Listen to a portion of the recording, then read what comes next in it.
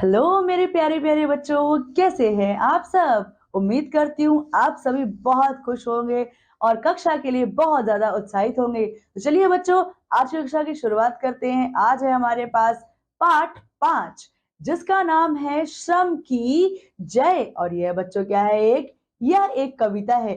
तो आइए इसके परिचय के साथ कविता की शुरुआत करते हैं। तो परिचय है बच्चों, प्रस्तुत कविता में श्रम को महत्वपूर्ण बताते हुए यह सीख दी गई है कि केवल चाह लेने भर से इच्छाएं पूरी नहीं होती।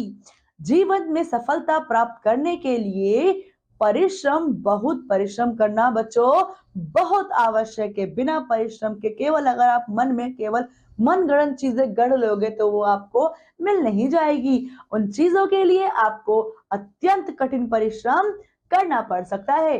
तो आइए बच्चों, कविता की शुरुआत करते हैं। तो बच्चों, केवल सपने ही ना देखो, उठो इन्हें साकार करो। लगन और श्रम के रंगों से तुम इनमें आकार भरो। होठों पर मुस्कान लिए नित जीवन पथ पर तुम बढ़ जाओ। राह रोकती हो यदि विपदा, साहस से उस पर चढ़ जाओ। अपनी राह बनाओ तुम खुद, श्रम की जय जयकार करो। यदि चढ़ना है शिखरों पर तो रखो हौसला पर्वत जैसा।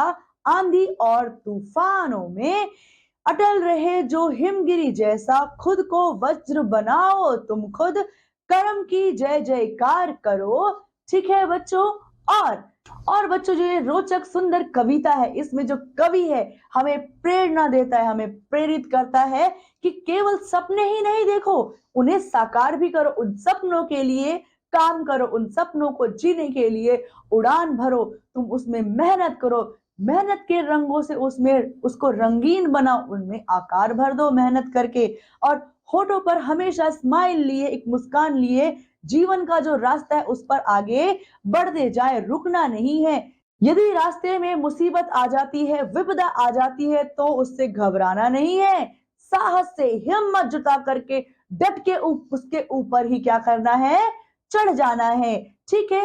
और अपनी राह खुद बना लेनी है, खुद से ही। और श्रम की क्या करो, जय जयकार करो, खूब श्रम करो, खूब मेहनत करो। और वह श्रम, वह मेहनत एक दिन जरूर कामयाबी के रूप में तुम्हारे समक्ष आ जाएगी। ठीक है। और तुम्हारे सपने भी सच हो जाएंगे। आगे कवि समझाते हैं, कहते हैं कि यदि चढ़ना है शिखरों पर, अगर आपको पर्वतों के ऊपर चढ़ना है तो क्या करना पड़ेगा, पर्वतों के जैसा ऊंचे बुलंद हौसले रखने होंगे, मजबूत हौसले रखने होंगे।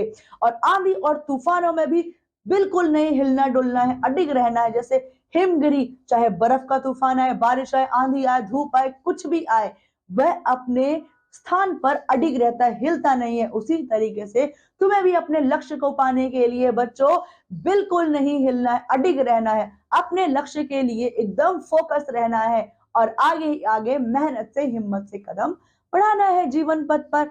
और आगे कवि कहते हैं कि खुद को इतना मजबूत बना लेना है, तुम खुद को ही खुद इतना मजबूत बना लो कि कर्म की जय जयकार करो, कर्म की, तुम्हारे कामों की जय जयकार हो जाए। तुम इतने कामों से अपने प्रसिद्ध हो जाओ कि तुम्हारे सभी सपने साकार कर सको। ठीक है बच्चों, यह थी हमारी सुंदर सी सीख देने वाली, मेहनत को भाव देने वाली, यानी कि हमें मेहनत करनी है, मेहनत से हमें जीवन पथ पर आगे बढ़ना है, यह सीख देने वाली कविता थी बच्चों।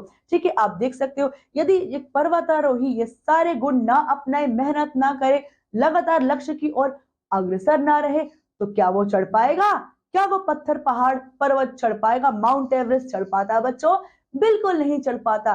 तो इन्हीं सारे कवि के दिए हुए सारे हौसलों के कारण ही वह सफल बन पाया है यहाँ पर चोटी पर चढ़ने के लिए। ठीक है बच्चों, उम्मीद करती हूँ आप सभी को कविता समझ में आई होगी। आइए बच्चों, हमने क्या सीखा इसको भी जान लेते हैं।